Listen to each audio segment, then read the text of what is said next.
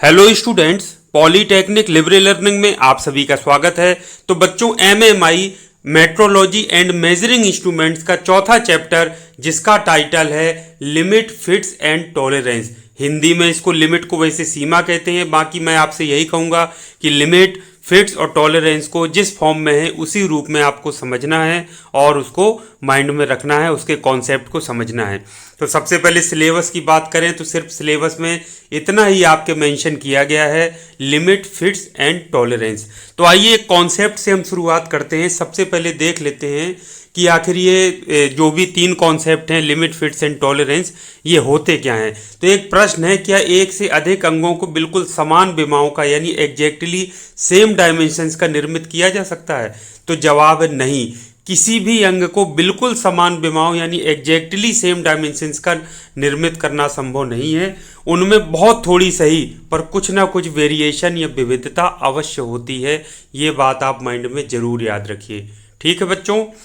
अब यदि विमाओं में यह विविधता जो वेरिएशन है वो ज़्यादा होगी तो अंग ठीक से कार्य नहीं करेंगे। जैसे नट और बोल्ट को आपस में कसना है और उनकी विमाओं में अंतर ज़्यादा होगी तो वो ठीक से कार्य नहीं करेंगे। या कोई भी दो जो मेटिंग पार्ट्स हैं या मिलने वाले अंग हैं, मेल खाने वाले अंग हैं, वो ठीक से कार्य नहीं करेंगे यदि वेरिएशन ज़्यादा होगा।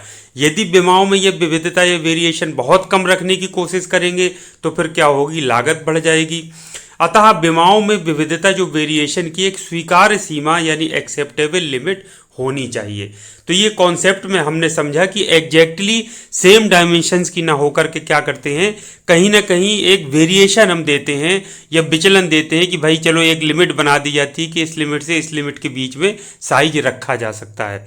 तो अब आपने ये कॉन्सेप्ट समझा। अब आइए हम टॉपिक वाइज चलते हैं। सबसे पहले हम शुरू करते हैं लिमिट। लिमिट को हिंदी में कहते हैं सीमा। ठीक है बच्चों। तो किसी भी अंग के साइज की दो सीमाएं होती हैं। किसी भी अंग का जो मशीनी अंग है उसका साइज, ठीक है बच्चों, उसकी दो सीमाएं होती हैं जिनके बीच में अंग का वास्तविक साइज आता है। ठीक है। तो ये सीमाएं होती हैं, एक होती है अधिकतम सीमा या उच्चतम सीमा भी इसको हिंदी में कहते हैं, मैक्सिमम लिमिट। तो किसी अंग की साइज की वह सीमा जिसका मान अधिक होता है। एक का मान अधिक होता है, एक का मान कम होता है। तो जिसका मान अधिक होता है उसको बोलते हैं अधिकतम सीमा या मैक्सिमम लिमिट, और जिसका मान कम होता है उसको बोलते हैं न्यूनतम सीमा यानी कि मिनिमम लिमिट। तो किसी अंग की साइज की वह सीमा जिसका मान कम होता है उसे न्यूनतम सीमा या मिनिमम लिमिट कहा जाता है। ठीक है बच्चों, क्लियर हो गया सीमा क्या है। किसी भी अंग के साइज की दो सीमाएं होती हैं जिनके बीच में अंग का वास्तविक साइज आता है। वो सीमाएं होती हैं एक अधिकतम सीमा, एक न्यूनतम सीमा। अधिकतम सीमा को मैक्सिमम लिमिट कहते हैं।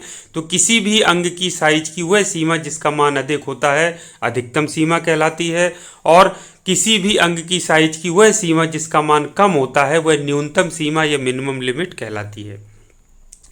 अब बड़ा ही महत्वपूर्ण टर्म है टॉलरेंस। टॉलरेंस को हिंदी में हो सकता है सहिष्णुता या सहनशीलता, इस तरीके के शब्दों का प्रयोग किया जाता है। लेकिन मैं आपको ये सलाह दूंगा कि टॉलरेंस को टॉलरेंस के रूप में ही पढ़िए। यदि आप सहनशीलता या सहिष्णुता पढ़ लेंगे और कल के दिन पेपर में हिंदी में भी ट्रांसलेशन में टॉलरेंस लिख करके आ गया तो आपको परेशानी हो सकती है। प्लस अगर कभी आपको इंटरव्यू में या आगे चल करके कभी कोई पूछेगा इंडस्ट्री में तो टॉलरेंस पूछेगा, ना कि सहिष्णुता या सहनशीलता। तो मैं आपसे यही कहूँगा कि जो हिंदी मीडियम के बच्चे हैं वो इस बात को विशेष तौर से जोर देंगे, ध्यान देंगे। ठीक है बच्चों। तो अब ये टॉलरेंस की हम बात कर रहे हैं। तो किसी विमा की ऊपरी सीमा हमने ऊपर पढ़ा तथा निचली सीमा का जो अंतर होता है वो टॉलरेंस कहलाता है। ठीक है बच्चों। ये अब हम एक चित्र देख लेते हैं। ये आप देखिए, एक चित्र है, ध्यान से। ये एक तरफ ये साफ्ट बनी हुई है, दूसरी तरफ ये होल है। तो ये साफ्ट को पहले आप ध्यान से देख लीजिए। तो देखिए यहाँ से ये इसकी ऊपरी सीमा है। ये आप देखिए, ये इसको थोड़ा सा यहाँ खिसका देते हैं, ये यहाँ पे आ गया। तो ये क्या है, अपर लिमिट। कहाँ से कहाँ तक, ये यहाँ से यहाँ तक। और दूसरा ये लोअर लिमिट है, यहाँ से और यहाँ तक।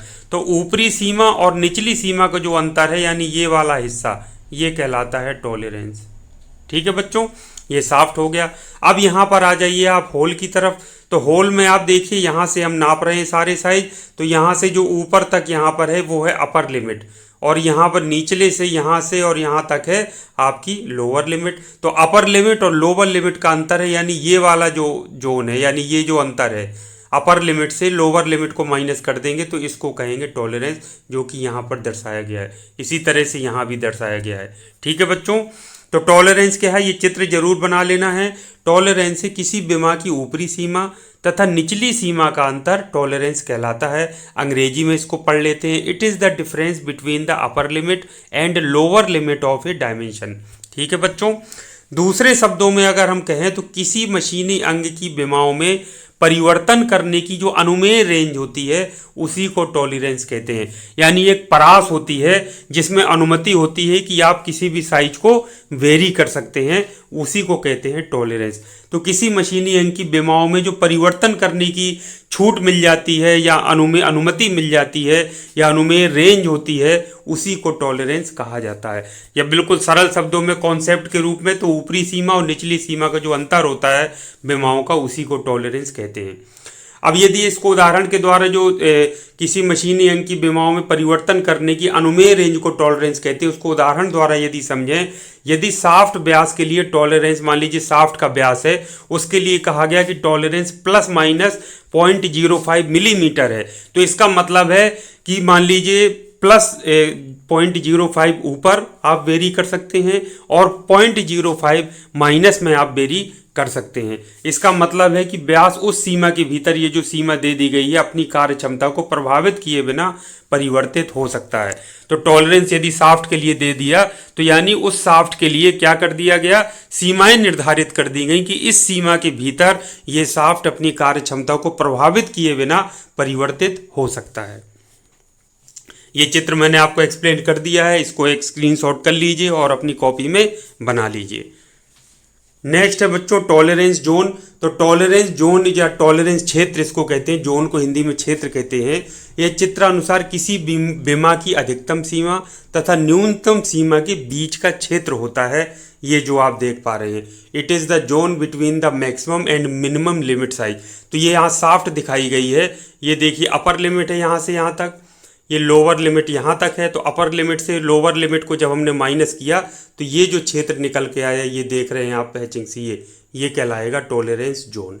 ठीक है बच्चों, अब बात आती है टॉलरेंस सिस्टम के प्रकार की, यानी टाइप्स ऑफ टॉलरेंस सिस्टम।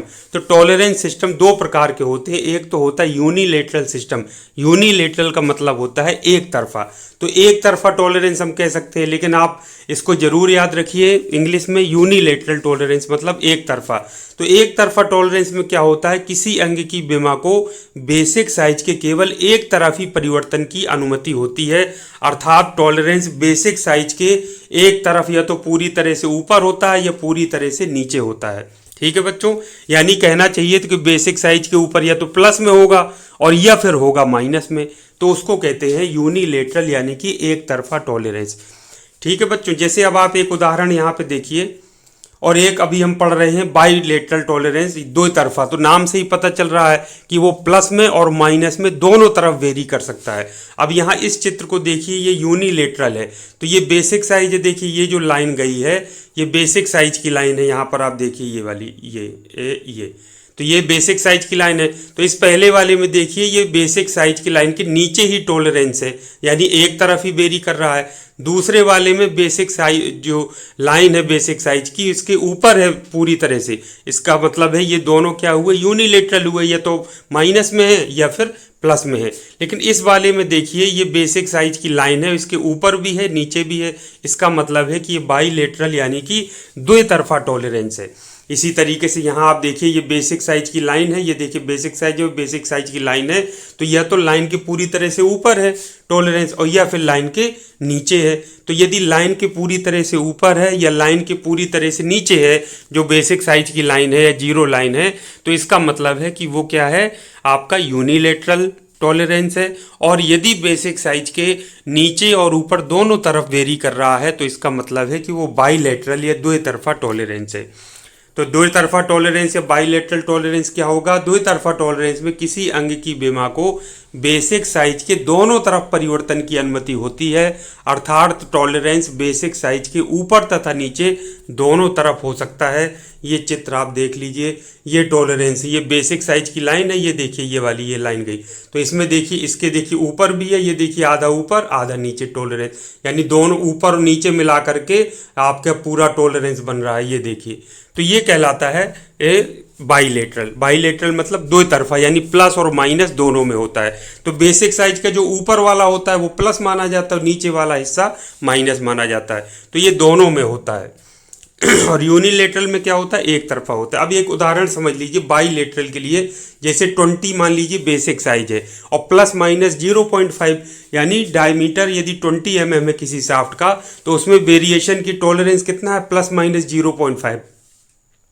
तो इसको इस तरीके से प्रदर्शित किया जाता है, 20 में ऊपरी सीमा प्लस 0.5 और निचली सीमा 0.5, इस तरीके से इसको प्रदर्शित किया जाता है टॉलरेंस को। तो ये लिमिट बन गई है, ऊपरी लिमिट 0.5 प्लस में और निचली लिमिट माइनस 0.5।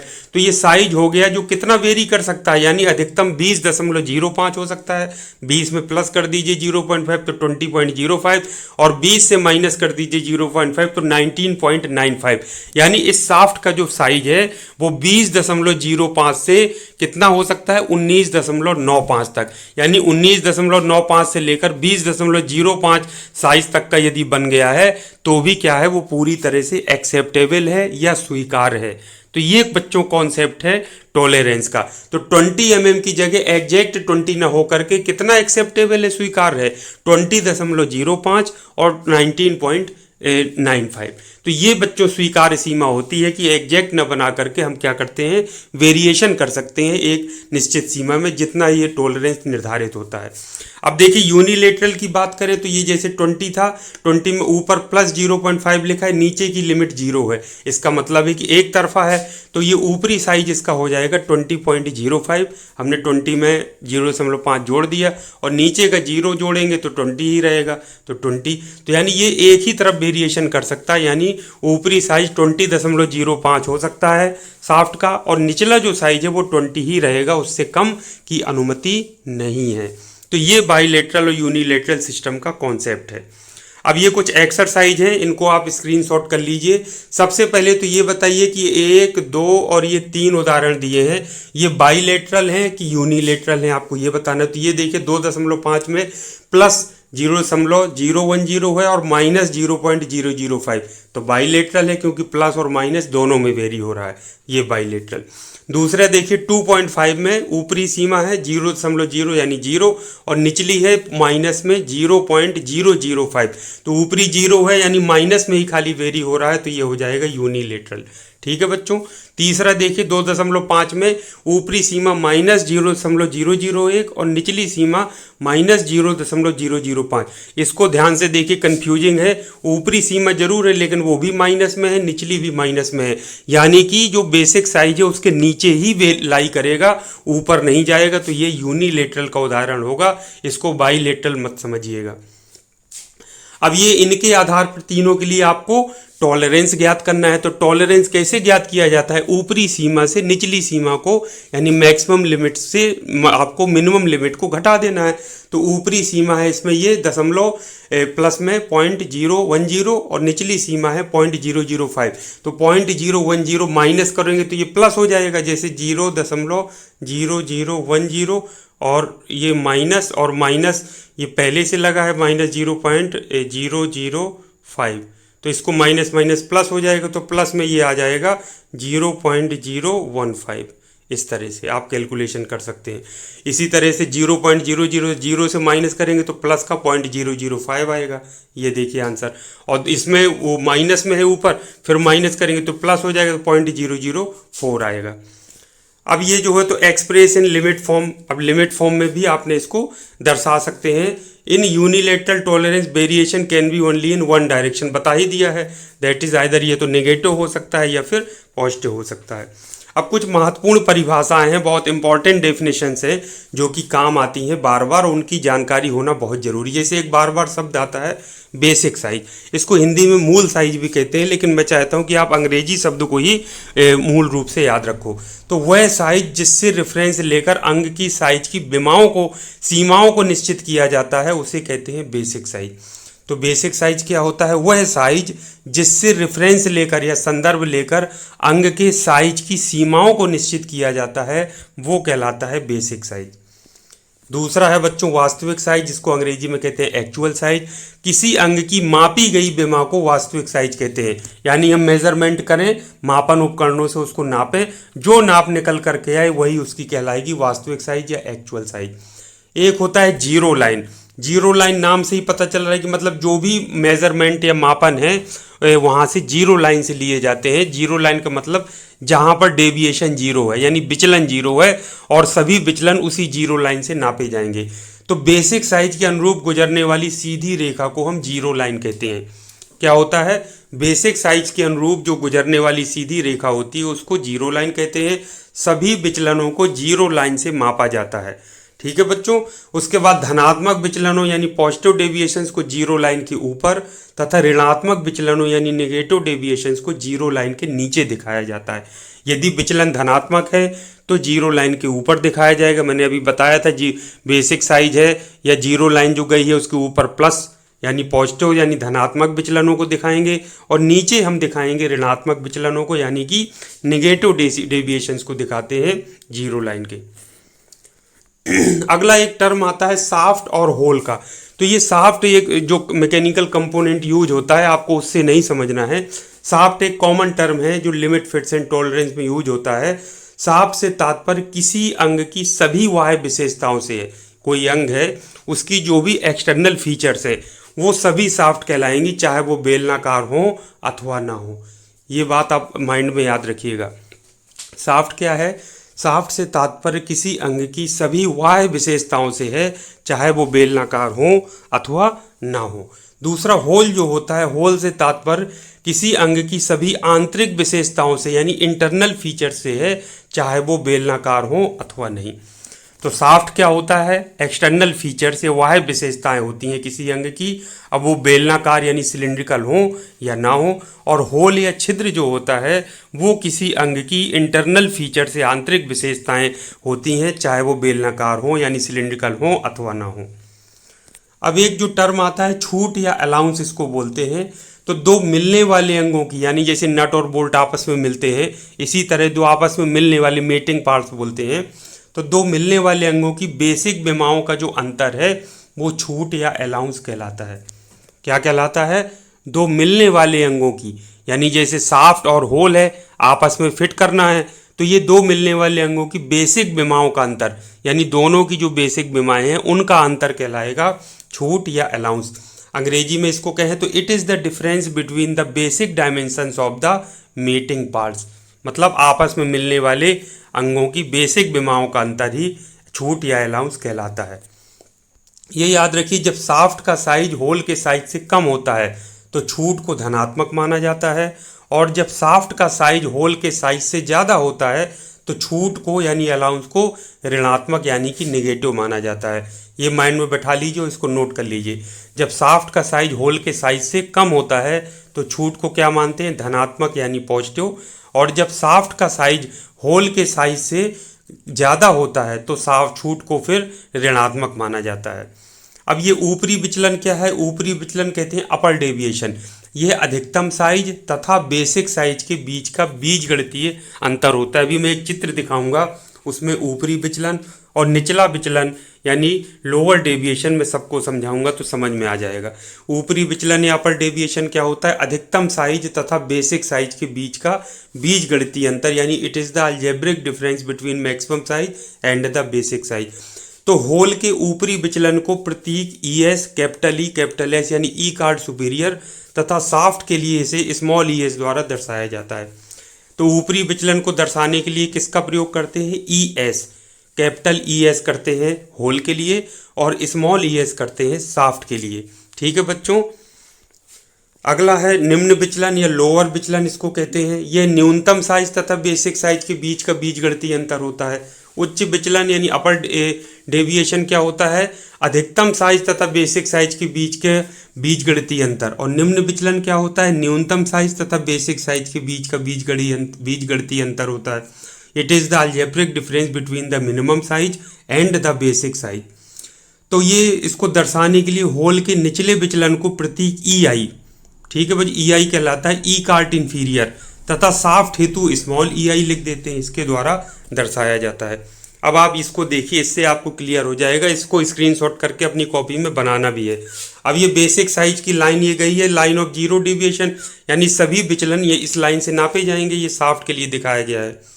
तो ये अब आप देखिए साफ्ट की ये मैक्सिमम लिमिट ऑफ साइज है, ये वाली यहाँ से आप नापे गए हैं, ये मैक्सिमम लिमिट है, ये वाली आपकी मिनिमम लिमिट है, साफ्ट की मिनिमम लिमिट ऑफ साइज, ठीक है। इन दोनों के बीच का जो अंतर है वो देखिए टॉलरेंस है, ये लाल से दिखाया गया है। ये पूरा टॉलरेंस जोन है या टॉलरेंस है, tolerance maximum limit minus minimum limit, एक हो गया। दूसरा बेसिक साइज, ये लाइन ऑफ जीरो डेविएशन से नापा जाता है। तो अब आप देखिए अधिकतम अपर डेविएशन, देखिए इसको कह रहा है अपर डेविएशन कब निकलेगा? जब बेसिक साइज से हम घटा देंगे मैक्सिमम साइज को। तो देखिए ये बेसिक साइज है, मान लीजिए यहाँ से ये बेसिक साइज यहाँ तक है और यहाँ अपर लिमिट को घटा दिया, तो देखिए अपर डेविएशन यूडी, यूडी मतलब अपर डेविएशन यानी उच्च विचलन आ गया। इसी तरीके से बेसिक साइज से जब हमने मिनिमम लिमिट घटा दिया यानी न्यूनतम लिमिट को, तो ये देखिए क्या आ गया आपका लोअर डेविएशन, ये देखिए ये निकल करके आ गया, ठीक है बच्चों। तो बेसिक साइज से हमने क्या घटाया? मिनिमम लिमिट को, न्यूनतम लिमिट को घटा दिया, तो ये आपका लोअर डेविएशन या निम्न जो हो तो विचलन आपको निकल करके आ गया। देखिए यहाँ से यहाँ तक का। तो ये जो ऊपर मैंने कॉन्सेप्ट बताया था, अब इससे आसानी से आप इस चित्र के द्वारा आसानी से बना करके समझ सकते हैं। इस चित्र को अपनी कॉपी में आपको जरूर बना लेना है और ऊपर जो बताया था उसको नोट कर लेना है। एक एक लाइन का कॉन्सेप्ट है, उसके चित्र से फिर समझना है आपको। सॉरी। अब इसमें दोनों का दिखाया गया है। इस तरफ यहाँ देखिए ये होल बना है, इस तरफ साफ्ट बनी है और दोनों में फिर सब चीज़ दिखाई गई। तो होल है। अब आप देखिए इसमें मैक्सिमम साइज दिखाया गया है। मैक्सिमम साइज देखिए ये है, ये यहाँ से यहाँ तक, यहाँ से सब ले रहे हैं पूरा यहाँ तक मैक्सिमम साइज। ये आपका हो गया minimum size. Maximum size minimum size का अंतर ये हो गया आपका टॉलरेंस, रेड कलर से जो दिख रहा है, ठीक है बच्चों। अब आप देखिए बेसिक साइज इसका कहाँ है? देखिए लाइन, ये जीरो लाइन है। तो जीरो लाइन से देखिए मैक्सिमम साइज को जब घटाएंगे तो अपर डेविएशन आ गया। ये देखिए अपर डेविएशन इसका यहाँ पर, ये आपका यहाँ से और यहाँ तक। और दूसरा अगर मिनिमम साइज को घटा दिया इसको ये बेसिक साइज से, तो आपका ये आ गया है लोअर डेविएशन। ये देखिए लोअर डेविएशन। इसी तरीके से आपको साफ्ट के लिए देख लेना है। ये इसका मैक्सिमम साइज है, ये देखिए यहाँ पर लिखा है नीचे मैक्सिमम साइज, ये यहाँ से और यहाँ तक, और यहाँ से और यहाँ तक ये मिनिमम साइज। दोनों के बीच का अंतर ये टॉलरेंस है, ठीक है बच्चों। ये जीरो लाइन से हम सभी डेविएशन नापते हैं, सीधी बात है। और बेसिक साइज यही होता है, जीरो बेसिक साइज से जो लाइन गुजरती है वही जीरो लाइन कहलाती है। तो अपर डेविएशन क्या है? बेसिक साइज और जो अपर जो लिमिट है उसको घटाएंगे तो ये देखिए आपका आ जाएगा अपर डेविएशन, ये वाला। ये देखिए ये बेसिक साइज था यहाँ से यहाँ तक, इसको आपने ये घटा दिया तो ये निकल के आ गया अपर डेविएशन, अपर मैक्सिमम साइज को जब घटा दिया। इसी तरीके से बेसिक साइज से जब आप मिनिमम साइज को घटाएंगे, ये देखिए इसको, तो ये देखिए निकल के आ गया लोअर डेविएशन यहाँ से और ये यहाँ तक। तो इसको अच्छे से फिर इसको स्क्रीनशॉट कर लीजिए। इस चित्र को भी अपनी कॉपी में जरूर बनाना है। इसको अगर लिमिट फिट्स एंड टॉलरेंस को अच्छे से समझना है तो चित्र बना करके आपको खुद पेन चलाना पड़ेगा और देखना पड़ेगा कि हाँ भाई ये अपर लिमिट है, ये लोअर लिमिट है, दोनों को घटाएंगे तो ये टॉलरेंस निकल करके आएगा। फिर आप बनाइए, जीरो लाइन ड्रॉ कर लीजिए और जीरो लाइन से मैक्सिमम लिमिट को घटाएंगे तो आपका अपर डेविएशन आएगा। और अगर आप बेसिक साइज से मिनिमम जो लिमिट है, न्यूनतम लिमिट है, उसको घटाएंगे तो आपका लोअर डेविएशन निकल करके आएगा। और इन सबको जब आप कॉपी में बना करके खुद पेन से देखेंगे तब समझ में आएगा। और चित्र का ही काम है, चित्र को बना करके जब आएंगे अपनी बात को समझा करके आएंगे तो नंबर अच्छे मिलेंगे और आगे चलने के आगे भी आपके लिए कॉन्सेप्ट क्लियर हो जाएगा। अब ये दो तरीके की विभिन्न प्रकार के फिट प्रदान करने के लिए दो तरीके के सिस्टम यूज किए जाते हैं। एक तो होता है होल बेसिस सिस्टम और दूसरा होता है सॉफ्ट बेसिस सिस्टम। तो ये होल बेसिस सिस्टम क्या होता है, ये नाम से ही देखिए होल बेसिस सिस्टम, जो लिखा है वो स्थिर रहता है और दूसरे वाले को क्या करते हैं, वेरी करते हैं या परिवर्तन करते हैं। तो होल बेसिस सिस्टम में होल स्थिर रहता है और साइज जो होता है वो शाफ्ट का वेरी करता है या परिवर्तित होता है। शाफ्ट बेसिस सिस्टम में शाफ्ट का जो व्यास है वो स्थिर रहता है और जो होल का जो साइज है वो वेरी करता है या परिवर्तन करता है। तो ये कॉन्सेप्ट जरूर याद रखना है। तो होल बेसिस सिस्टम समझ लीजिए, होल बेसिस सिस्टम में क्या होता है, होल का मूल व्यास स्थिर रहता है। देखिए होल का जो सिस्टम है उसका स्थिर रखा जाता है और दूसरे को, होल बेसिस सिस्टम है तो शाफ्ट वेरी करेगा, शाफ्ट का मान परिवर्तित होगा और विभिन्न प्रकार की फिट प्राप्त होंगी। तो होल बेसिस सिस्टम में होल का मूल व्यास स्थिर रहता है जबकि फिट के अनुरूप शाफ्ट का साइज बदलता रहता है। ठीक है बच्चों, अब ये शाफ्ट बेसिस सिस्टम में क्या हो रहा है, शाफ्ट बेसिस सिस्टम में शाफ्ट का साइज स्थिर होता है, इसी से पता चल रहा है, जबकि फिट के अनुरूप होल का व्यास बदलता रहता है। होल का व्यास हम कम ज़्यादा कर सकते हैं और विभिन्न प्रकार की फिट, अब फिट क्या होता है आगे हम पढ़ेंगे, हम पढ़ने ही जा रहे हैं, अभी आपको समझ में आ जाएगा। ठीक है बच्चों, तो होल बेसिस सिस्टम और शाफ्ट बेसिस सिस्टम समझ आ गया आपको। नेक्स्ट है फिट। दो मिलने वाले अंगों में कसाव या ढीलेपन की कोटि को फिट कहते हैं। मतलब जैसे हम जनरली दो जैसे नट बोल्ट कसते हैं या कोई दो पार्ट आपस में मिलाते हैं तो हम कहते हैं कि ये लूज फिट है, मतलब ढीला है, या हम कहते हैं कि बहुत टाइट है। तो ये बच्चों वही फिट है। ठीक है, तो दो मिलने वाले अंगों में कसाव या ढीलेपन की जो कोटि है उसी को फिट कहते हैं। अंग्रेजी में अगर हम कहें तो डिग्री ऑफ टाइटनेस और लूजनेस, डिग्री ऑफ टाइटनेस और looseness between two mating parts is known as fit. ठीक है बच्चों, यानी डिग्री ऑफ टाइटनेस यानी कि कसाव या फिर लूजनेस ढीलेपन की कोटि को क्या कहते हैं, फिट कहते हैं। और ये दो मिलने वाले अंगों के बीच में निर्धारित किया जाता है कि जो फिट हो रहा है वो कसाव वाला है, कसा हुआ है, टाइट है, कि ढीला है, लूज है। तो बिल्कुल सिंपल है। अब फिट के प्रकारों की बात करें तो इस डायग्राम से आप समझ सकते हैं फिट तीन प्रकार के होते हैं। एक तो होता है क्लियरेंस फिट, एक होता है इंटरफेरेंस फिट और इन दोनों के बीच में होता है ट्रांजिशन फिट। ये चित्र भी आप स्क्रीनशॉट कर लीजिए, इसको आपको अपनी कॉपी में बनाना है। ठीक है बच्चों, तो फिट कितने प्रकार का होता है, तीन प्रकार का होता है, टाइप्स ऑफ फिट्स। पहला होता है क्लियरेंस फिट, दूसरा इंटरफेरेंस फिट और तीसरा होता है ट्रांजिशन फिट। तो क्लियरेंस फिट की बात करें, क्लियरेंस मतलब होता है खाली स्थान। बिल्कुल आप समझ लीजिए क्लियरेंस किसको कहते हैं, खाली स्थान को। मतलब इस प्रकार की फिट में शाफ्ट और होल के बीच में कुछ खाली स्थान रहता है, इसलिए इसको कहते हैं क्लियरेंस फिट। तो क्लियरेंस फिट में शाफ्ट तथा होल के बीच खाली स्थान या क्लियरेंस मौजूद होता है, इसलिए इसको क्लियरेंस फिट कहते हैं। तो जब इस खाली जगह होगी, स्थान थोड़ा बचा होगा, तो इस तरह के फिट से ढीले जोड़ बनेंगे, तो जोड़ क्या होगा, ढीला रहेगा। और दो मिलने वाले अंगों के बीच घूमने या फिसलने की अनुमति देती है। तो चूंकि खाली जगह होती है, क्लियरेंस होता है, तो अंग आसानी से घूम सकता है या उसके बीच में फिसल भी सकता है। तो ये दो मिलने वाले अंगों के बीच की बात हो रही है। जैसे ये आप देखिए, इसमें ये होल है, ये शाफ्ट है, तो क्लियरेंस किसको कहेंगे, होल माइनस शाफ्ट आप कर दीजिए, होल का साइज और शाफ्ट का साइज घटा दीजिए, तो होल माइनस शाफ्ट का साइज ग्रेटर देन 0। तो इसका मतलब होल क्या है, बड़ा है और शाफ्ट छोटा है। ठीक है बच्चों, अगर 0 से ज़्यादा मान आ रहा है दोनों का अंतर, इसका मतलब है कि दोनों के बीच में क्या है, क्लियरेंस है, तो यानी होल बड़ा है शाफ्ट की तुलना में। इससे बिल्कुल क्लियर समझ में आ रहा है। दूसरा है इंटरफेरेंस फिट। इंटरफेरेंस का पता चल रहा है, इंटरफेरेंस मतलब होता है कि बहुत हथौड़े से पीट करके सीमाओं को, जैसे जो शाफ्ट है हम होल में फिट कर रहे हैं, अब शाफ्ट का जो साइज है थोड़ा सा बड़ा है होल के आंतरिक व्यास से, तो बड़ा है, लेकिन हम फिर उसको हथौड़े से पीट करके जबरदस्ती उसको इंसर्ट कर दे तो वो इंसर्ट हो जाएगा और बहुत मजबूती से फिर क्या होगा, उसको जोड़ बन जाएगा। तो इस तरीके से कहते हैं इंटरफेरेंस फिट, मतलब उसको इंटरफियर कर जाता है। तो होल तथा शाफ्ट के व्यास के बीच एक नकारात्मक अंतर जो होता है उसको इंटरफेरेंस फिट कहा जाता है। तो वो क्या हुआ, क्लियरेंस ना होकर के वो क्या कर गया, उसकी सीमा को पार कर गया, यानी बहुत मजबूत अपने हथौड़े से पीट कर या वाह बल लगा करके आपने उसको फिट कर दिया। तो होल तथा शाफ्ट के व्यास के बीच एक नकारात्मक अंतर को ही इंटरफेरेंस फिट कहा जाता है।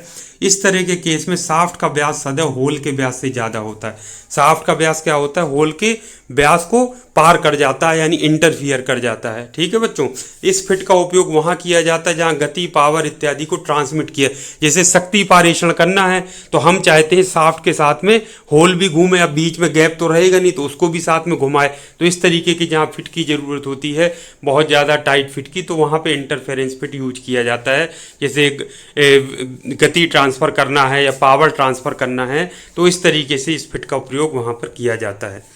तो अब यहाँ देखिए, इंटरफेरेंस होल की उच्च सीमा तथा शाफ्ट की निम्न सीमा के मध्य होता है। ठीक है बच्चों, तो इंटरफेरेंस में क्लियरेंस क्या होता है, माइनस होता है। देखिए माइनस क्लियरेंस, यानी क्लियरेंस नहीं होता है, वो माइनस में चला जाता है, यानी शाफ्ट क्या होता है उसको पार कर जाता है। तो hole minus shaft less than zero, यानी होल क्या है, कम है और शाफ्ट का साइज जो है तो बड़ा है। ये देखिए इससे समझ में आ रहा है। ये देखिए, अब इसको ध्यान से देखिए जरा, इसको फिट करना है, ये होल इतना है और शाफ्ट का साइज ज़्यादा है।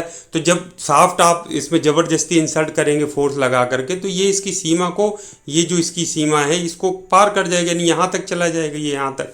तो ये क्या हुआ, इंटरफियर कर गया, तो इसको इंटरफेरेंस फिट कह रहे हैं, यानी क्लियरेंस नेगेटिव हो गया। ट्रांजिशन फिट होता है दोनों के बीच में, जब फिट जो है हमारा क्लियरेंस और इंटरफेरेंस के बीच में कहीं हो तो वो ट्रांजिशन फिट कहलाता है। तो ट्रांजिशन फिट में ये संभावना रहती है कि क्लियरेंस फिट भी हो सकता है और इंटरफेरेंस फिट भी हो सकता है। तो क्लियरेंस फिट तथा इंटरफेरेंस फिट के बीच के फिट को ट्रांजिशन फिट कहते हैं। जो डायग्राम ऊपर था उसमें मैंने ट्रांजिशन फिट को बीच में बनाया था, क्लियरेंस और इंटरफेरेंस फिट के बीच में। तो क्लियरेंस फिट तथा इंटरफेरेंस फिट के बीच के जो फिट होता है उसको ट्रांजिशन फिट कहते हैं। मतलब बीच में जब जरूरत हो, ना बहुत ज़्यादा हमको क्लियरेंस चाहिए ना बहुत ज़्यादा हमको इंटरफेरेंस चाहिए, तो ट्रांजिशन फिट का उपयोग किया जाता है। ट्रांजिशन फिट का उपयोग वहाँ किया जाता है जहाँ सटीक स्थान महत्वपूर्ण होता है, लेकिन थोड़ी मात्रा में क्लियरेंस या इंटरफेरेंस की अनुमति होती है, कि थोड़ा बहुत क्लियरेंस भी चल जाएगा और या फिर इंटरफेरेंस चल जाएगा, लेकिन सटीक स्थान उसमें इम्पॉर्टेंट होता है, तो वहाँ पर ट्रांजिशन फिट का उपयोग किया जाता है। ये चित्र है होल और शाफ्ट का, बाकी पूरा मैंने आपको बता दिया। तो बच्चों, इस प्रकार से पूरा चैप्टर फिनिश हुआ। आपने देखा कि बहुत छोटा चैप्टर है, लेकिन ये चैप्टर बहुत ही कॉन्सेप्चुअल है। आगे इंडस्ट्री के लिए जब आप टेक्निकल पढ़ेंगे, आगे प्रिपरेशन करेंगे, तो उसमें भी लिमिट, फिट्स एंड टॉलरेंस बहुत पूछा जाता है। उसके प्रश्न पूछ लिए जाते हैं, इंटरव्यू में भी पूछे जाते हैं, जॉब से रिलेटेड जो इंटरव्यूज़ होते हैं। तो इसको अच्छे से कॉन्सेप्ट बना करके, चित्र जो मैंने बताए हैं, प्रत्येक चित्र को स्क्रीनशॉट करके या फिर वीडियो को पॉज करके कॉपी में बनाना है और सारी चीज़ें लिख करके खुद पेन से देखना है कि हाँ भैया अपर लिमिट किसको कह रहा है, लोअर लिमिट किसको कह रहा है, टॉलरेंस किसको कह रहा है, अपर डेविएशन किसको कह रहा है, लोअर डेविएशन किसको कह रहा है, जीरो लाइन कौन सी है, बेसिक साइज कहाँ पर है, शाफ्ट के लिए क्या है, होल के लिए क्या है। वो सब चीज़ें जब आप देखेंगे तभी आपको कॉन्सेप्ट क्या होगा अच्छे से क्लियर हो पाएगा। तो उम्मीद करता हूँ कि आपकी पढ़ाई बहुत अच्छे से चल रही होगी। पूरा नोट्स बना करके आप इस चैप्टर को फिनिश कर लेंगे। तो इसी तरीके से चैप्टर वाइज पूरे एक एक चैप्टर हम एक वीडियो में फिनिश करते रहेंगे। आप भी पढ़ाई करते रहिए, एक एक समय का सदुपयोग करिए और हमेशा पढ़ाई में अच्छे रहिए, आगे बढ़िए जीवन में। इन्हीं शुभकामनाओं के साथ आज की इस वीडियो को ही समाप्त करता हूँ। Thank you very much. आप सभी का दिन शुभ हो।